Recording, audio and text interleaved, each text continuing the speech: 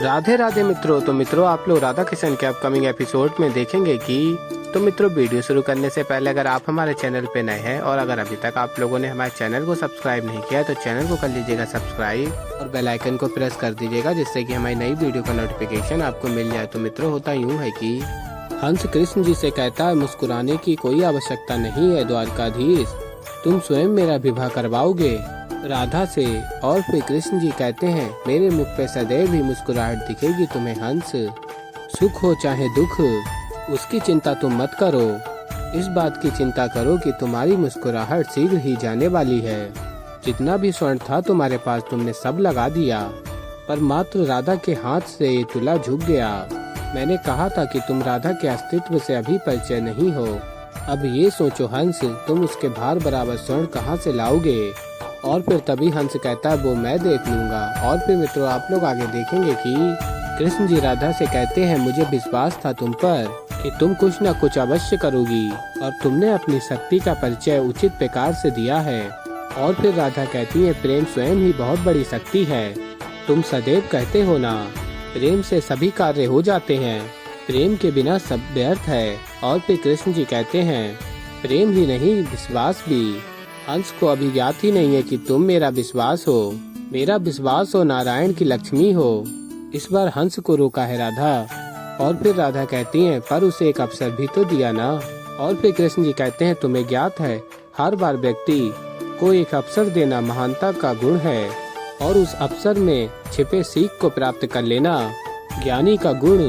और आगे कहते हैं, यदि हंस विवेकशील और बुद्धिमान है तो अवश्य ही इन सब से कुछ न कुछ सीख प्राप्त करेगा। यदि वो नहीं सीखता तो ठीक है, जिसका जो मन है वो वैसा कर्म करे। और तभी राधा कहती है, और तुम क्या करोगे। और फिर कृष्ण जी कहते हैं, मैं सरल है, मैं तो अपनी राधे पे विश्वास करूंगा।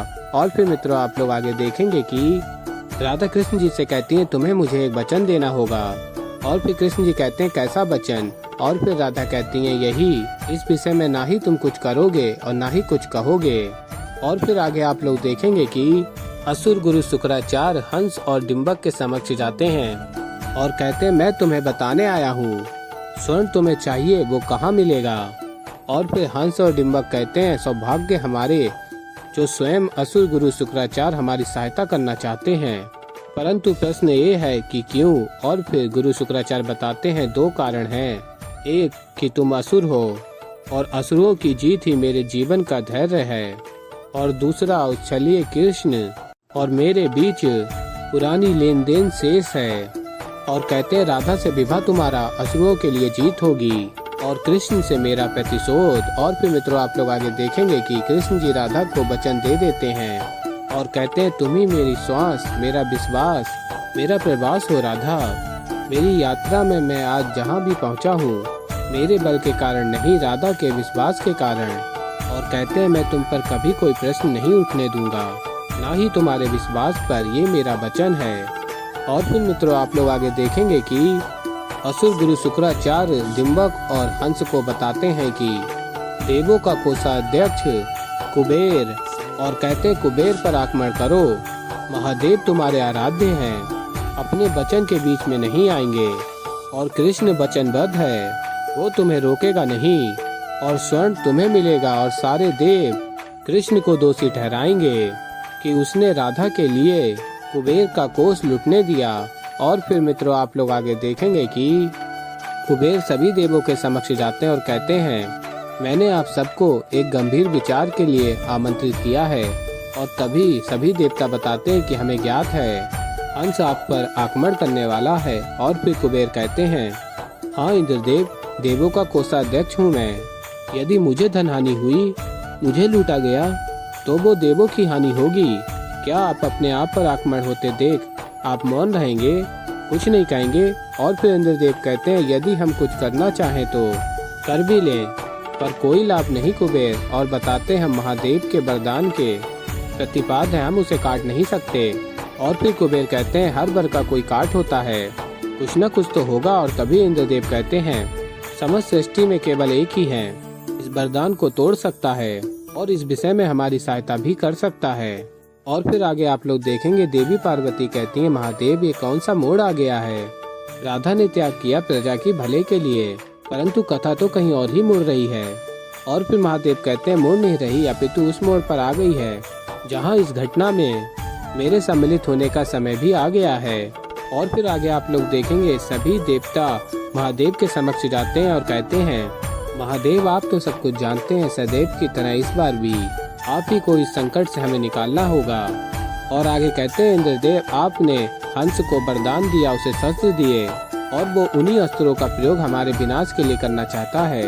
वो कुबेर पर आक्रमण करना चाहता है और कहते हैं कृपा करके आप अपना वरदान और अस्त्र दोनों वापस ले लीजिए। और फिर महादेव कहते हैं वर और दान वापस नहीं लौटाया जा सकता देवराज इंद्र, व्यक्ति तब से इसे प्राप्त करता है और कर्म के हिसाब से इसे खो बैठता है। और कहते हैं मैं इस विषय में कुछ भी नहीं कर सकता।